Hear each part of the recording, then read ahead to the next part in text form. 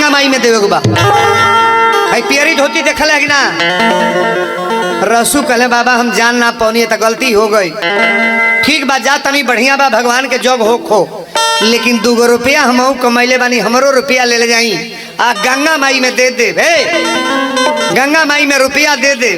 अब बता दे कि रहसुआ चमार देले बा। पंडित जी अब लौट के अइला कहले फिर कहले का कहले रसू कहले हमरो रुपया ले जाई।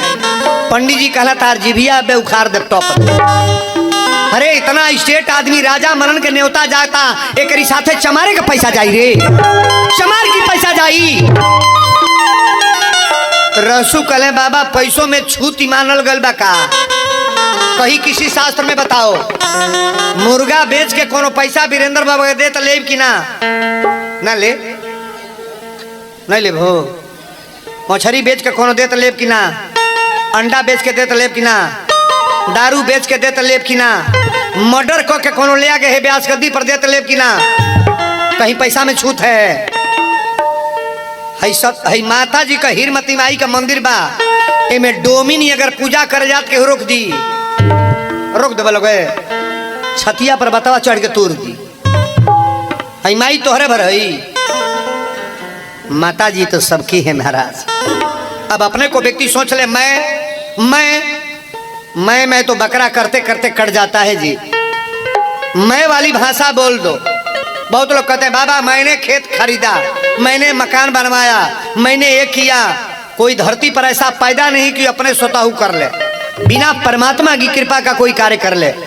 हिंदू हो या मुसलमान, अगर खुदा चाहेंगे तभी आपकी मकान बनेगी। खुदा चाहेंगे, अल्लाह मियाँ चाहेंगे, आपके परिवार में बरकत होगा, भगवान की कृपा होगी तो आपके बेटा बारी फुलवारी फूलेगा। अगर उनकी कृपा नहीं है आप कूटते रह जाना ले जाए। पंडित जी कहले बताओ मनबे ना?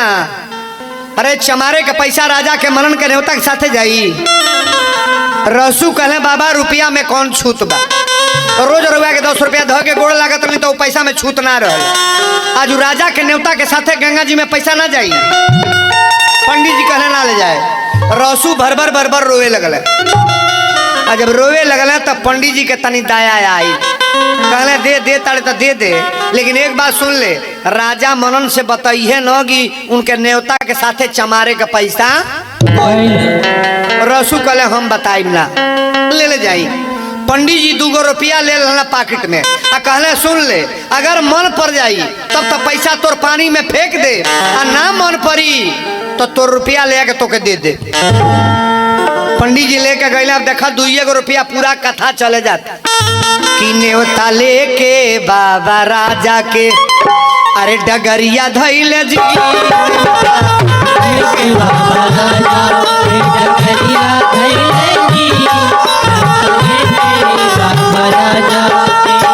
अरे हथवा में पहनावा, हथवा में पहनावा सुपरिया लिहले जी। न्योता लेके बाबा राजा डगरिया धैले जी। न्योता लेके बाबा राजा डगरिया धैले जी। न्योता लेके बाबा राजा।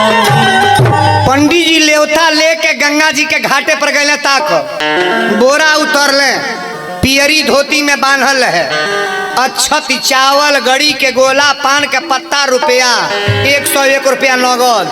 यही तरह बोरा उतार के गंगा जी में हड़ाक दे फेंक। कहले गंगा मैया रहसू चमारे के रहसू को तनी राजा मनन के न्योता ह ले लहई। पानी में जब गई न्योता तो सजी धर धरा के दही गई।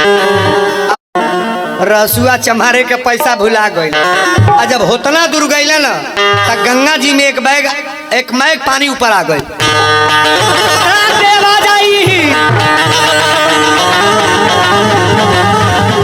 पंडित जी मुड़ के तकले कहले रे पनिया बढ़ता का?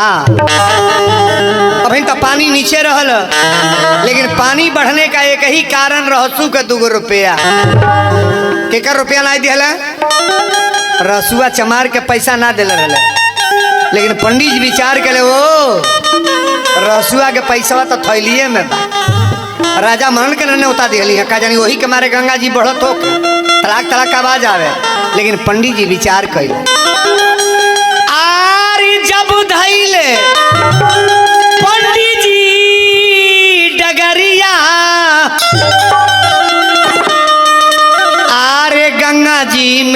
उठली लहरिया।